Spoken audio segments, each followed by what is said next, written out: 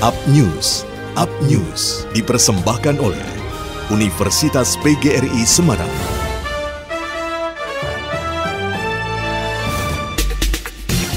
Polsek Semarang Tengah mengintensifkan patroli saat pemberlakuan aturan pemadaman lampu penerangan jalan umum selama PPKM darurat. Hal ini dilakukan untuk mengantisipasi adanya tindak kejahatan jalanan yang bisa saja terjadi imbas dari kebijakan tersebut. Seluruh fungsi akan dikerahkan untuk menggelar patroli, baik di jalan protokol hingga ke wilayah yang dinilai rawan. Kapolsek Semarang Tengah Kompol Gali Atmajaya menjelaskan, selain menggelar kegiatan penegakan PPKM, anggota gabungan piket fungsi disebar untuk melakukan patroli dalam menjaga kondusivitas selama pemadaman lampu jalan di kota Semarang. Dia mengatakan patroli dilakukan setelah operasi PPKM darurat, antara lain di sepanjang jalan DI Panjaitan atau Kampung Kali, Jalan Ahmad Yani, dan sepanjang jalan MT Haryono. Anggotanya akan mobile menyisir kawasan tersebut dari malam sampai pagi dan pada waktu-waktu yang dianggap rawan. Dia juga meminta kepada masyarakat untuk segera melapor andai terjadi aksi kriminalitas. Selain itu, pelanggaran PPKM darurat juga dapat dilaporkan, semisal adanya kerumunan dan jam buka objek tertentu yang melebihi jam operasional serta lainnya. Dia berpesan kepada warga kota Semarang untuk tetap berada di rumah saja dalam masa PPKM darurat, karena untuk berbagai sektor pekerjaan juga work from home atau pukul 8 sudah harus tutup.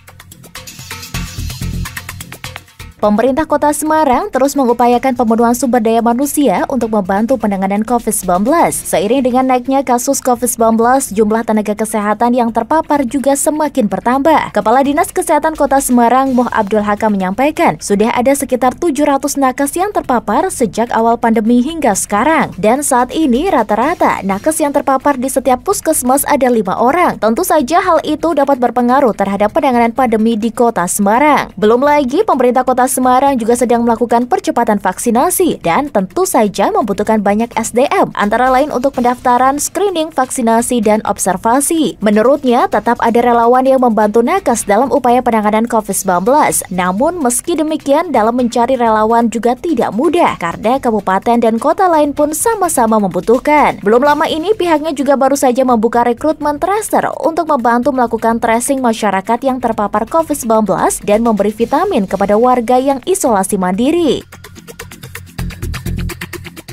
Meningkatkan mutu lulusan menjadi salah satu kinerja utama perguruan tinggi yang ditetapkan Menteri Pendidikan Kebudayaan, Riset, dan Teknologi dalam Keputusan Nomor 754 Tahun 2020. Salah satu aspek yang disiapkan untuk membekali mahasiswa dengan berbagai kompetensi agar bisa berwirausaha sehingga memiliki pendapatan sebelum lulus. Program Studi Pendidikan Matematika Universitas PGRI Semarang yang bekerja sama dengan Pusat Pengembangan dan Pemberdayaan Pendidik dan Tenaga Kependidikan Matematika Yogyakarta mengadakan bimbingan teknis dalam jaringan. Dekan FPMI Pati Ubgris, Dr. Nur Khairi mengungkapkan pentingnya bekerja sama dengan berbagai instansi untuk saling menguatkan demi mewujudkan Indonesia hebat. Hal tersebut diungkapkannya pada pembukaan kegiatan workshop Olimpiade dan pengembangan media berbasis augmentasi reality yang berlangsung pada 14 hingga 26 Juli 2021.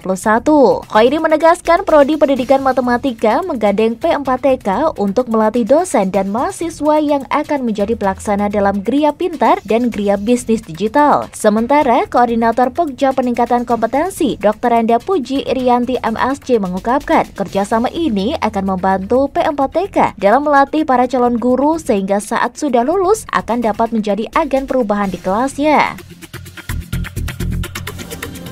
Demikian liputan tim pemberitaan melaporkan. Up News dipersembahkan oleh Universitas PGRI Semarang, The Leading University.